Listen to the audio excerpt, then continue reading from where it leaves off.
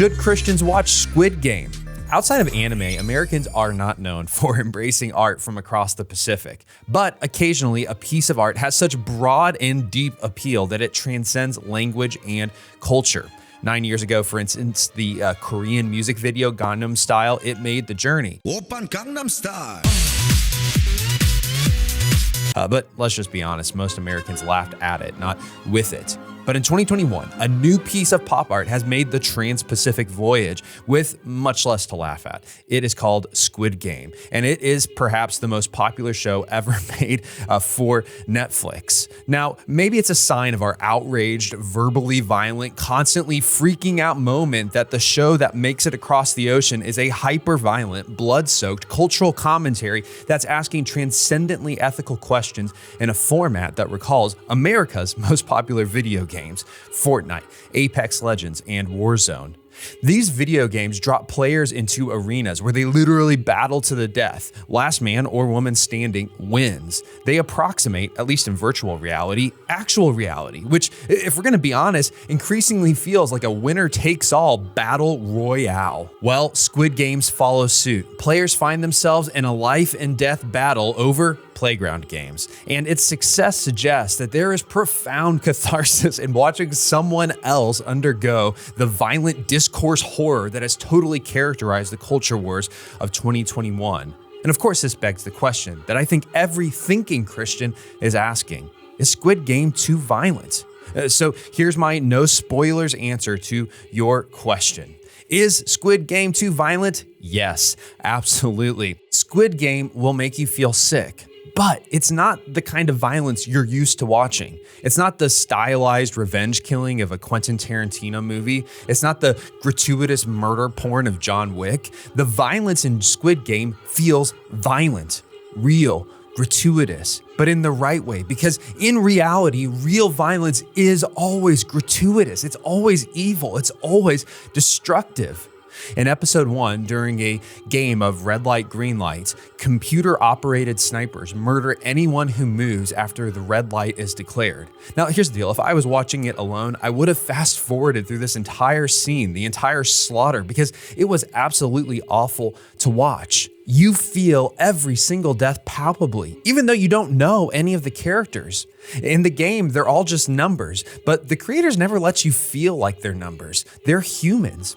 In Christian theology, we'd say that they are image bearers of the living God. And this means that they are imbued with inestimable worth. When the snipers start firing, you don't think, whoa, this is awesome. Instead, you feel this gut-wrenching anxiety and horror. You know that what's happening is evil. You know that what's happening is wrong. In fact, if you find yourself enjoying the games, I think you can be certain that you completely missed the point. The only people who enjoy the violence in Squid Games are the sadistic VIPs who fund the entire system. And that's the show's most fundamental meta critique. It turns the mirror on the viewer and it asks you this question: do you enjoy violence? Or do you want it to end? I think of the Apostle Peter. He takes up the sword to defend Jesus, and he goes straight for someone's head, but he barely misses. I guess he wasn't a very good aim, and he only cuts off the guy's ear. Jesus heals the wound. He looks at Peter with exasperation, and in Luke 22:51, he says this: "No more of this." No more of this is exactly the response the creators of Squid Game want the viewers to feel.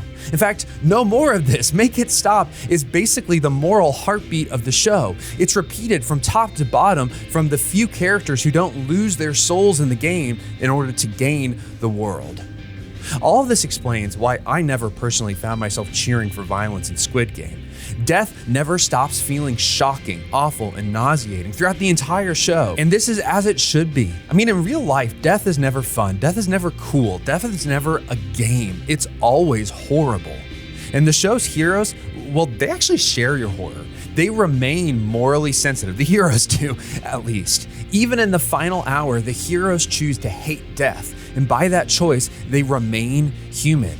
The superb acting totally underlines this point. I mean, these characters, they're always showing the gravitas of death on their faces. They're agonized when their friends die. They're sickened when their enemies fall. and they're earnest when they sacrifice their interests for the sake of others. But of course, that's not every character in the game. The most hardened players, the most twisted players, they become numb to the violence. And when they do, they become animals. They lose their humanity. Again, great acting. It totally underlines this. These characters, they spit with anger. They bare their teeth like animals. They howl with violent delight. They stoop over their prey like predators, and they show no remorse for their wrongdoing. In the Hebrew Bible, humans also become animals when they grow numb to death. Sin is depicted as this wild, violent animal tempting Cain, and when he gives in to the temptation, he becomes like the animal. Daniel, the prophet, he depicts the violent empires of Babylon, Persia, and Greece, all as these monstrous predators who were glutted on blood. You see, embracing violence always makes us less human. And thus, Squid Game, it turns the mirror on us. It says, are you numb to the weight of every human death? Have you become an animal? Or do you, like the show's heroes, still feel the moral weight of every human life? We live in the era of cancel culture, social media takedowns, and self-righteous crusades against thought crimes. All of this virtual violence tempts us to become digital Darwinians who buy into the lie that the survival of the fittest is just the way of the world. We become online animals just to survive. And like the hardened players in Squid Game, we use the big game of it all to just justify what we're saying, to justify our verbal violence. But this is not the path to survival. It's the path to losing your humanity. Now, I have to say, asking the question, is Squid Game too violent? It only sketches the tip of the Squid Game iceberg. But it's an important question, and conscientious Christians will answer that question differently. If you enjoy the violence inside of Squid Game, then I'm just going to tell you what, you should probably stop watching. But if you're able to stay sick, as the creators wanted you to, if you're able to continually feel the nauseation of the violence, then I'd say you're getting the point, and you'll leave Squid Game hating violence more than when you started it.